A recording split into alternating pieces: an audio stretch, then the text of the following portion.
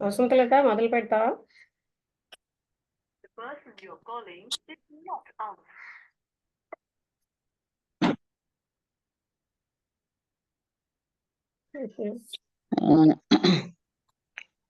ఓం శ్రీ గురుభ్యో నమః. 25 జనవరి 2024. ఈరోజు లక్ష్మి గారు అనీబిసెంట్ గారి రచింపబడ్డ ద ఏన్షియంట్ విజ్డమ్ అనే పుస్తకంలోని 82 పేజ్ నంబర్ లో చదివి 82 నుంచి మొదలుపెట్టి చదువుతారు. 82లో లాస్ట్ పాసేజ్ అనుకుంటాను. ఏదో వదిలేసాం. Never let it be forgotten that the brotherhood is whether men ignore it or deny it. అంటే మనం ఎప్పుడు కూడా మర్చిపోకూడదు ఏంటంటే, మనిషి దాన్ని ఇగ్నోర్ చేసినా డినై చేసినా man's ignorance does not change the laws of nature. అది మనకి నియమం. ఎక్కడ ఏ లాస్ని కూడా మనకి తెలియదని, ఈవెన్ కాలేజీలో కానీ ఎక్కడైనా మనకి తెలియదని ఏ లాసు మారవు. అంటే తన అజ్ఞానం వల్ల మనిషి ఆ లాస్ ఆఫ్ నేచర్ని మనం మార్చలేము. Nor vary by one hair's breadth for changeless fresh ఒకసారి వెళ్ళిపోయింది మళ్ళీ. అంటే ఒక్క వెంట్రుక వాసంత కూడా మనము అంటే దాన్ని మార్చలేము. ఇర్రెసిస్టిబుల్ మార్చ్ అంటే అది ఏ మార్పు చెందకుండా ఎవరు అడ్డలేనట్టుగా ఆ లాస్ అవి అలాగే ఉంటాయి. అంటే వెంట్రుక వాసంత కూడా మనం మార్చలేము. నేచర్ యొక్క ఈ లాస్ అన్నవి crush those who oppose them, ఎవరైతే వ్యతిరేకిస్తారో వాళ్ళని అణిచేస్తుంది అనమాట. And break into pieces everything which is not in harmony with them. ఆ లాస్ట్లో హార్మోనీ అంటే సమశ్రుతితో లేని అన్ని అది బ్రేక్ చేసేస్తుంది, ముక్కలుగా చేస్తుంది అంటున్నారు. Therefore can no nation endure that outrageous brotherhood. No civilization can last that is built on its antithesis. అందుకని ఏ దేశమైనా సరే దాని యొక్క అవుట్ బర్స్ట్ని అది సహించలేదు. అంటే వాళ్ళు అడ్డదిడ్డంగా ఉంటే దాని యొక్క అవుట్ బర్స్ట్ అంతా దాని మీదకి వెళ్తుంది, ఆ దేశం మీద. వ్యక్తి అయినా దేశం అయినా. Brotherhood no civilization can last that is built. అంటే ఏ సివిలైజేషన్ కూడా దానికి వ్యతిరేకతగా తయారైనది ఎప్పుడు కూడా నిలవదు. We have not to make brotherhood. మనమేం బ్రదర్హుడ్ ఏమీ చెయ్యక్కర్లేదు. ఇట్ ఎగ్జిస్ట్, అది ఆల్రెడీ ఉంది. We have to attune our lives into harmony with it. దానికి మనం సమశ్రుతిగా మన జీవితాలు మార్చుకోవాలి. If we desire that we and our work shall not perish. మనం కానీ మన పనులు కానీ వినాశనం అవ్వకూడదు అంటే మనం దాంతో హార్మోనియస్గా ఉండాలి తప్ప వ్యతిరేకంగా ఉంటే పనికిరాదు. అందుకనే శ్రీపాద వల్లభులు కూడా ప్రకృతి నియమాలు నేను మార్చగలిగే సమర్థత ఉంది, కానీ నేను ఎప్పుడు అటువంటి పని చెయ్యను అంటాడనమాట. ఆయన్ని ఘటన సమర్థుడు. అంటే హీ కుడ్ డూ ఎనీథింగ్, కానీ ఆయన అలా ప్రవర్తించలేదు. It may seem strange to some. ఈ సాయి కృష్ణ వచ్చాడేంటి? సాయి కృష్ణ ఇప్పుడు క్లాస్ అవుతుంది, వస్తారా? పెట్టారా? పెట్టాను. అది ఏంటంటే ఆర్ట్స్లో ఉంది కదా, అది మంచి ముఖ్యమైన యూజ్ అవుతుంది. చూస్తాను. అది మీరు చూసుకుంటారని పెట్టాను. 4:40 తర్వాత మాట్లాడదాం. ఓకే, అలాగే.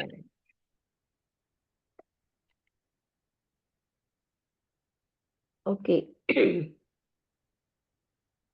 It may seem strange to some that the Buddhic plane, a thing to them misty and unreal. అంటే ఇదేంటంటే చాలా విచిత్రంగా అనిపిస్తుంది. ఏంటంటే వాళ్ళకి బుద్ధిక్ ప్లేన్ అనేది ఒక అంటే పొరలాగా, అంటే పొగలాగా అసత్యంగా కనిపిస్తుంది. Should thus influence all planes below it and that its forces should even break into pieces at all that cannot harmonise itself with them in the lower worlds. అంటే buddhic plane అందరూ కూడా అది ఏదేదో వాళ్ళకి అంటే పొగమంచులాగా అనిపిస్తూ ఉంటుంది. అంటే దాని కిందనున్న అన్ని ప్లేన్స్ కూడా influence all planes below it. అది ఏంటంటే అది ఆ విధంగా ఇన్ఫ్లుయెన్స్ చేస్తూ ఉంటుంది.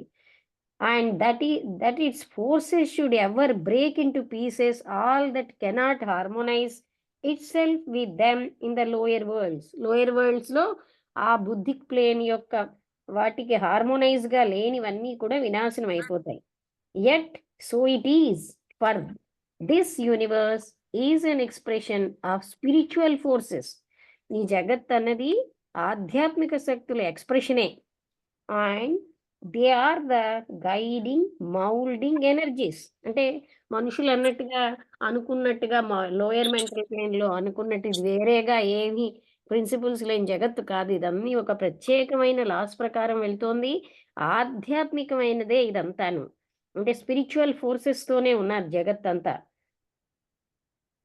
For this universe is an expression of spiritual forces and they are the guiding. అవన్నీ కూడా ఫోర్సెస్ గైడ్ చేస్తాయి, మారుస్తాయి, శక్తిని ఇస్తూ ఉంటాయి. pervading all things, అంతటా వ్యాపించి ఉంటాయి. And slowly surely subduing all things to themselves. So నెమ్మదిగా అన్నిటినీ వాటిలో కలుపుకుంటాయి ఆ శక్తులన్నీను. Hence, this brotherhood, which is a spiritual unity, is a far more real thing than any outward organization.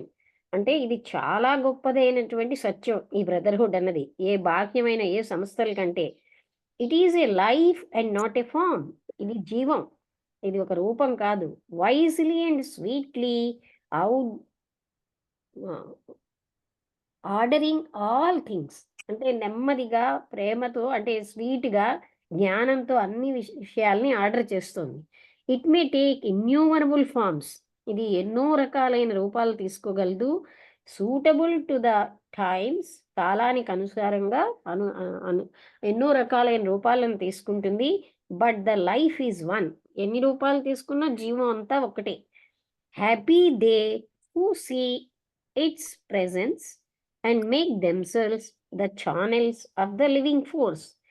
వాళ్ళందరూ ఎవరైతే దీని యొక్క ప్రెజెన్స్ని తెలుసుకుని వాళ్ళని ఈ దీనిలో ఉన్న ఫోర్సెస్ యొక్క ఛానల్స్కి వాళ్ళని వాళ్ళు ట్యూన్ చేసుకుంటూ ఉంటారో అలాంటి వాళ్ళు అంటే ఆ లివింగ్ ఫోర్స్ ఛానల్స్గా అయిన వాళ్ళు ఎప్పుడు హ్యాపీగా ఉంటారు. The student has now before him the constituents of the human constitution and the regions to which these constituents respectively belong.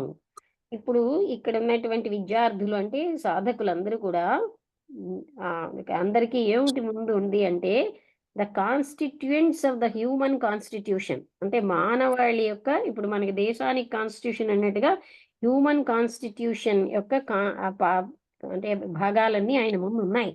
And the regions to which these constituents respectively belong. ఈ constituents ఏ రకమైన ప్రదేశాలకు చెందుతాయో అవన్నీ ఆయన ముందు ఉన్నాయి. So a brief summary should enable him to have a clear idea of this complicated whole. అందుకే ఇప్పుడు ఒక క్లియర్ ఐడియా కోసం ఇది ఇంత కాంప్లికేటెడ్గా ఉన్న ఇదంతా కూడా ఇవ్వబడింది summary. The human monad is భీమా, అదే ఆత్మబుద్ధి మనస్. హ్యూమన్ మోనాడ్ని మనం ఆత్మబుద్ధి మనస్ అంటున్నాం. లేకపోతే ఒక్కొక్కప్పుడు దాన్ని స్పిరిట్ ఆత్మగా చెప్తాం, లేకపోతే ఆధ్యాత్మికమైన ఆత్మగా చెప్తున్నాం. అండ్ సోల్ అంటే క్యాపిటల్తో ఉన్న సోల్గా మనిషి యొక్క సోల్ అని చెప్తున్నాం. ఈ అంటే సత్యం ఏమిటంటే ఈ మూడు కూడా ఆ సెల్ఫ్ యొక్క భాగాలే. Makes possible man's immortal existence. అంటే మనిషి యొక్క అమృతత్వాన్ని అవి సంభవం చేస్తున్నాయి.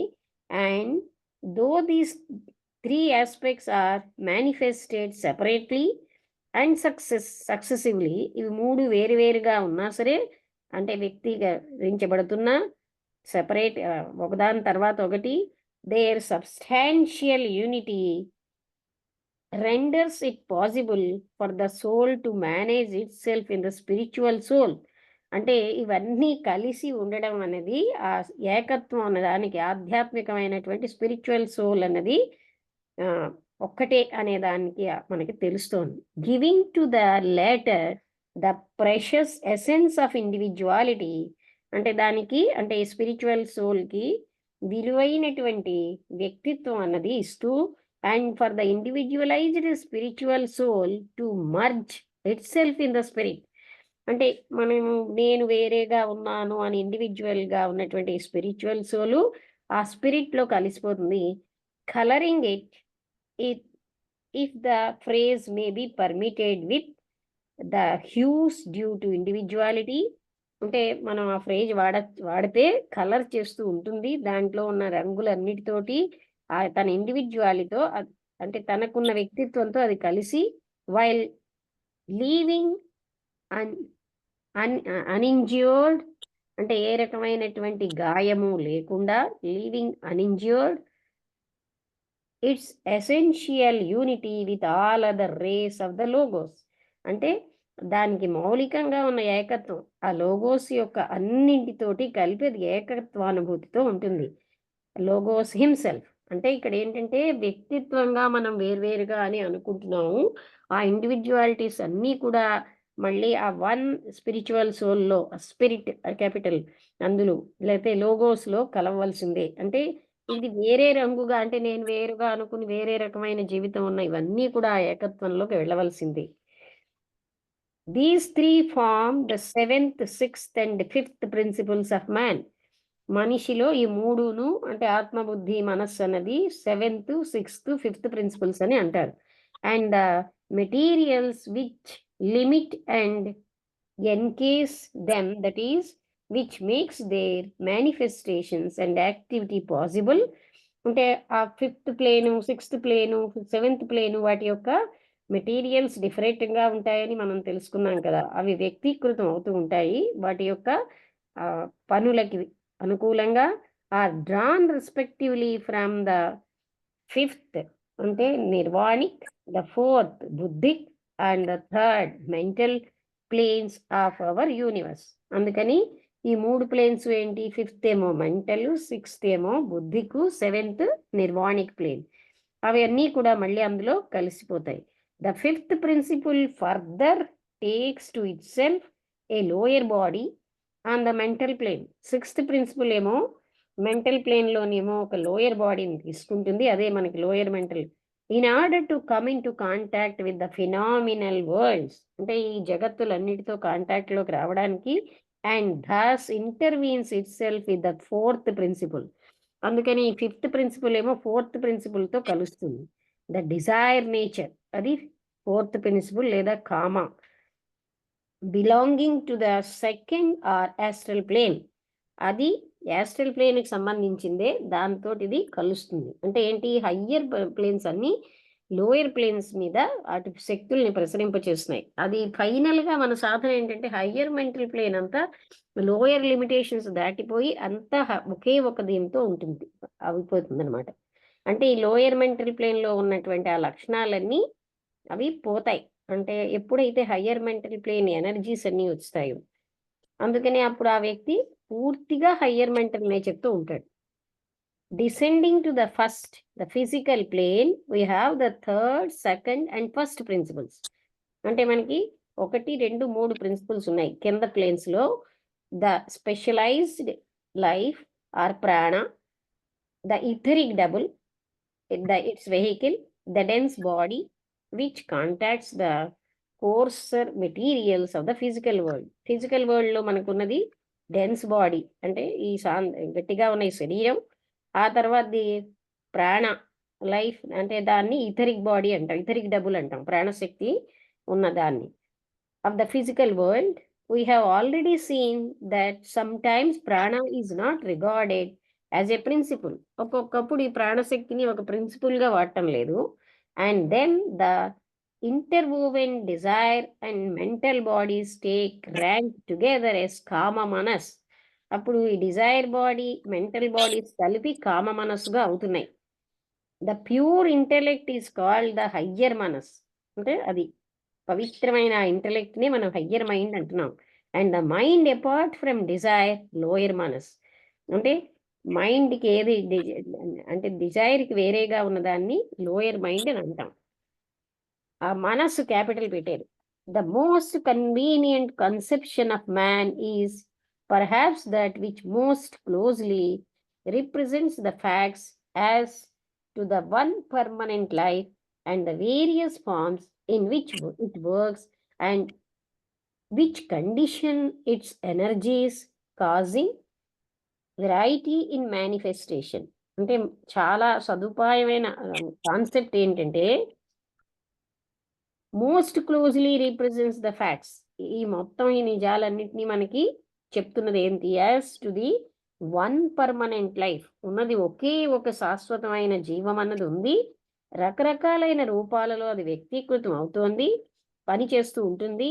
అదేంటంటే దాని యొక్క ఎనర్జీస్తో అవి కండిషన్ అయిపోతున్నాయి. Causing the variety in manifestation. ఇవన్నీ కూడా వేరువేరుగా వ్యక్తం అవుతాయి, అంటే రూపాలు తీసుకుంటున్నాయి. Then we see the self as the one life. ఆ క్యాపిటల్ సెల్ఫ్ని ఒకే ఒక లైఫ్గా తీసుకుంటున్నాం. The source of all energies and the forms as the buddhi, causal, mental, astral and physical. అన్ని రకాల శక్తులకి అదే కారణం. అది ఈ రూపాలు తీసుకుంటోంది. ఏదని?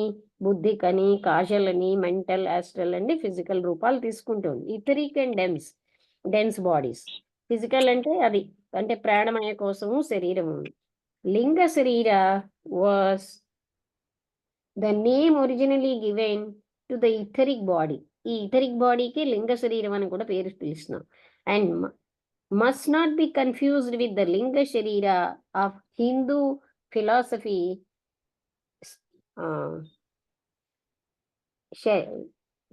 Sthula Sharira is the Sanskrit name for the dense body. అంటే లింగ శరీరాన్ని స్థూల శరీరం అని కన్ఫ్యూజ్ అవ్వకూడదు. అది హిందూ ఫిలాసఫీలో లింగ శరీరం అని వాడతారు. అది స్థూల శరీరంగా మనం కన్ఫ్యూజ్ అవ్వకూడదు. స్థూల శరీరం అంటే బయటకు కనబడే ఈ శరీరంగా. Putting together the two ways of looking at the same thing, we may construct a table. వీటన్నిటిని ఒక టేబుల్ పెట్టారు ఇక్కడ. ప్రిన్సిపుల్స్ అన్న పేరు పెట్టారు. అంటే ఆత్మ అన్న దాంట్లో స్పిరిట్ ఉంటుంది, ఆత్మే ఉంటుంది. బుద్ధి అంటే స్పిరిచువల్ సోల్, బ్లిస్ బాడీ, ఆనందమైనది. హయ్యర్ మనస్ అంటే అందులో కాజల్ బాడీని. లోయర్ మనస్ అంటే హ్యూమన్ సోల్, అది ఏంటి అంటే mental body. Those of our readers who are more familiar with the Vedantin classification may find the following two tables of the form side useful. అంటే buddhic body అంటే ఆనందమయ కోశం అంటారు మనం హిందూ శాస్త్రాల్లో. కాజల్ బాడీ అంటే విజ్ఞానమయ కోశం. అదేవిధంగా మెంటల్ బాడీ అన్న ఆస్ట్రల్ బాడీ కలిసి మనోమయ కోశం అవుతుంది. ఫిజికల్ బాడీ, ఇథరిక్ డబుల్, ఈ రెండింటిని ప్రాణమయ కోశము లేదా ఇథరిక్ అంటే ఫిజికల్ బాడీ, డెన్స్ బాడీని స్థూల శరీరం అని అంటున్నాం. ఈ ప్రిన్సిపుల్స్ అంటే రూపాలు అన్నమాట. ఒక్క నిమిషం ఆగండి.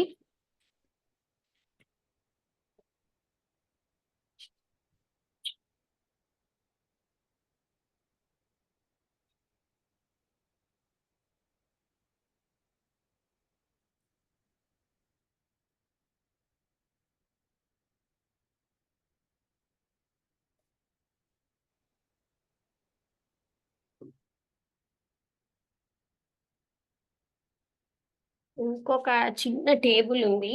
అదేంటి అంటే కామ అంటే యానిమల్ సోల్, యాస్ట్రల్ బాడీ. లింగ శరీర అనే దాన్ని ఇథరిక్ డబుల్.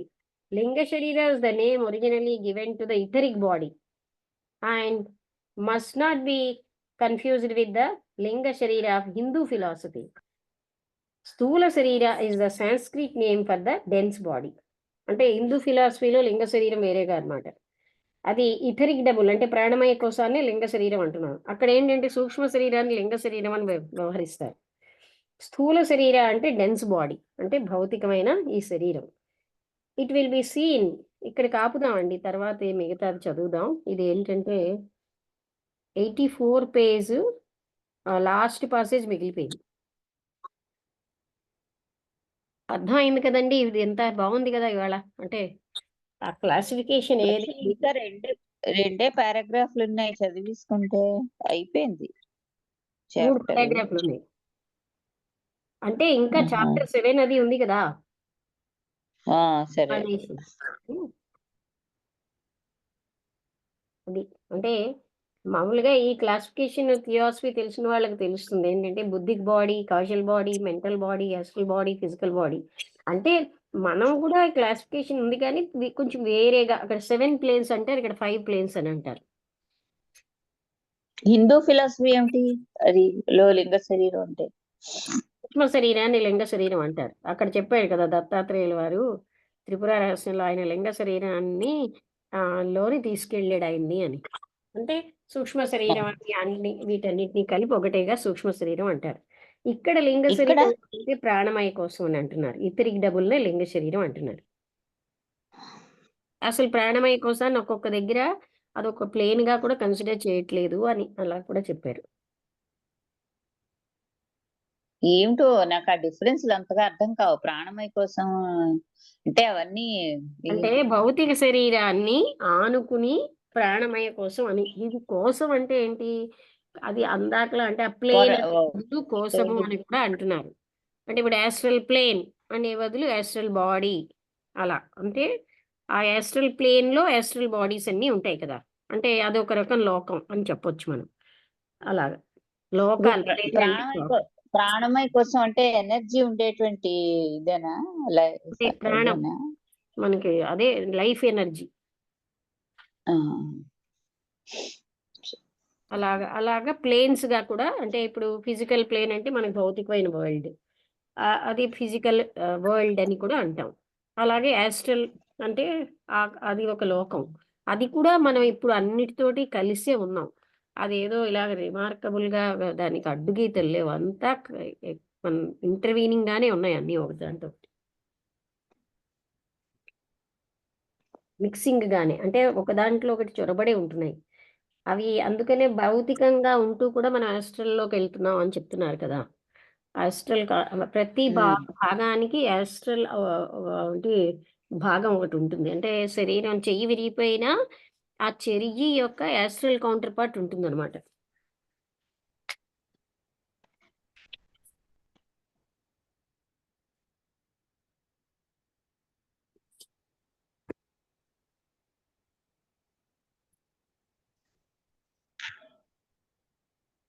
ఏమైనా డౌట్స్ ఉన్నాయా? హనుమంతరావు గారు, శంకర్రావు గారు, అర్థమైందా ఇవాళ చెప్పినదంతా?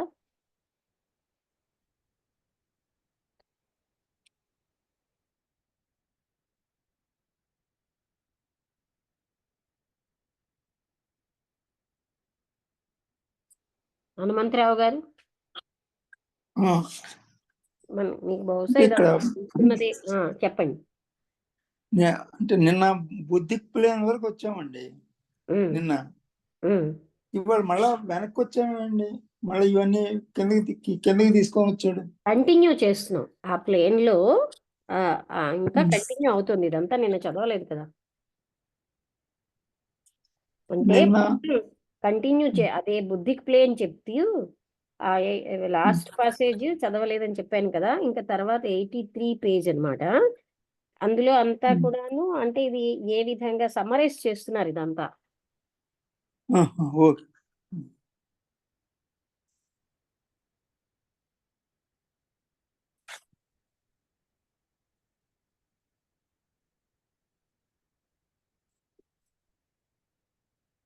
అయితే ముగించేద్దామా? శంకర్రావు గారికి అర్థమవుతుందా? అంటే మ్యాన్ అండ్ హిస్ బాడీస్ అనేది ఫండమెంటల్ గా మనం చదవాల్సిన దాంట్లో 7 planes of man, man and his bodies, thought power, ఇవన్నీ 7 మాన్యువల్స్ మనం చదవాలి. అందులో యాన్షియంట్ విజ్డమ్ కూడా ఉంది. అంటే యాన్షియంట్ విజ్డమ్ చదవడం వల్ల మనకు ఒక ఐడియా వస్తుంది అనమాట, ఏమిటి థియాసఫీ ఎలాగ విడదీస్తుంది అని. అంటే కర్మ, రీఇన్కార్నేషన్, ఇవన్నీ 7 మాన్యువల్స్ ఉన్నాయి. ఆ 7 మాన్యువల్స్ థియోసాఫికల్ సొసైటీలో మనం ప్రవేశించడానికి అంటే ప్రవేశించగానే చదవాలి. టెక్స్ట్ బుక్ ఆఫ్ థియాసఫీ నేను కీ టు థియాసఫీ ఇవన్నీ చదివితే థియాసఫీ ఏం చెప్తోంది అన్నది మనకు అర్థమవుతుంది. అంటే కొంచెంగానైనా. అంటే ఎలాగ ఇప్పుడు అదంతా అయ్యాక అప్పుడు సీక్రెట్ డాక్ట్రిన్ లాంటి గ్రంథాలలో ఆ పదాలు అవి కొంచెమైనా అర్థం అవ్వాలంటే అయినా సీక్రెట్ డాక్ట్రిన్ చాలా సింబాలిక్ గా ఉంటుంది. హ్మ్. ఫస్ట్ అటెంప్ట్ లోనే సీక్రెట్ డాక్ట్రిన్ చదివేస్తే అలా అర్థం అయ్యేది కాదు. అంటే కొంత ఐడియా ఉండాలి. 7 మాన్యువల్స్ అని ప్రతి మాన్యువల్ వెనకాల 7 మాన్యువల్స్ పేర్లు ఇస్తారు. అంటే కర్మ, రీఇన్కార్నేషన్, ఎస్ట్రల్ బాడీ, ఇది తర్వాత devachanic plane, astral plane, devachanic plane, 7 principles of man and his bodies, ఇంకోటి అలా 7 ఉంటాయి. ఈ 7టిని మనం అధ్యయనం చేయాలి. After becoming a theosophical member ఈ 7 మాన్యువల్స్ చదవాలి. దాంతోపాటు టెక్స్ట్ బుక్ ఆఫ్ థియాసఫీ మీద మాకు వర్కర్స్ ట్రైనింగ్ క్యాంప్ అయింది. Textbook of theosophy, key to theosophy చదివితే ఒక ఐడియా వస్తుంది. ఆ తర్వాత ఏంటి, at the feet of the master, voice of the silence, light on the path, ఇది ప్రస్థానత్రయంగా చెప్తారు. ఇవి చదువుతూ ఉంటే మనకి ఏమర్థం అవుతుందంటే వాట్ ఈస్ థియాసఫీ అని. ఇప్పుడు కూడా సౌత్ ఇండియన్ కాన్ఫరెన్స్కి freedom from the known by Jiddu Krishnamurti, తర్వాత మాస్టర్స్ ఇన్ ద పాత్, తర్వాత at the feet of the master, voice of the silence, light on the path. అక్కడ వాళ్ళు థీమ్ ఏమిటి ఇచ్చారంటే ద పాత్ టు పర్ఫెక్షన్ అని ఇచ్చారు.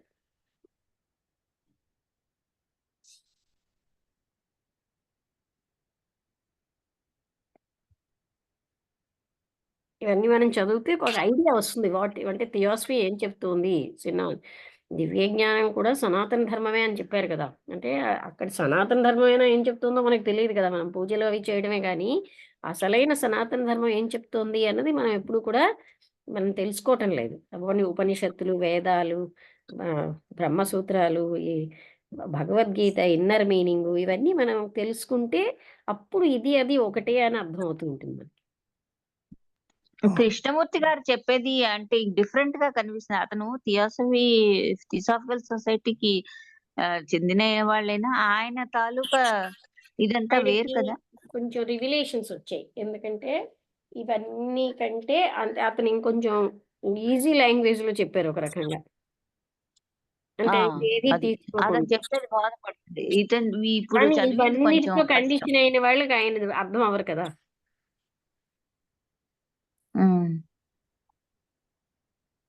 అంటే కాదు అతను దీనికి చెందిన ఆయనే కదా, ఈ థియోసాఫికల్ అవును, సొసైటీ ఆయనకి వీళ్ళందరూ. న్యూ రివిలేషన్స్ వచ్చాయి అనమాట.